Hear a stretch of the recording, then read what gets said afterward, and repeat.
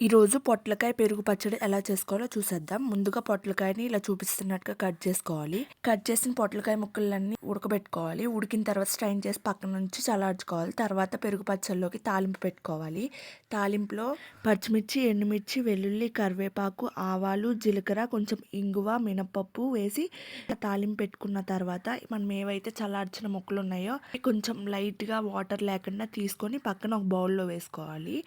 ఆ బౌల్లో వేసిన తర్వాత సరిపడినంత పెరుగు వేసుకొని దాంట్లో కొంచెం సరిపడినంత ఉప్పు, పసుపు వేసుకొని బాగా మిక్స్ చేయాలి.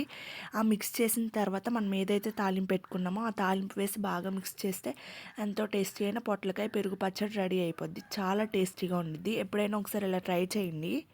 ఎప్పుడు రొటీన్గా కాకుండా ఇలా అప్పుడప్పుడు పెరుగు పచ్చడి చేసుకోండి. మీకు కావాలంటే ఆనియన్ కూడా వేసుకోవచ్చు. ఇది ఆప్షనల్ అనమాట. మేము మర్చిపోయాము అందుకే వేసుకోలేదు. చాలా టేస్టీగా ఉండిద్ది, అమృతంలా ఉండిద్ది. వీడియో నచ్చితే లైక్ చేయండి.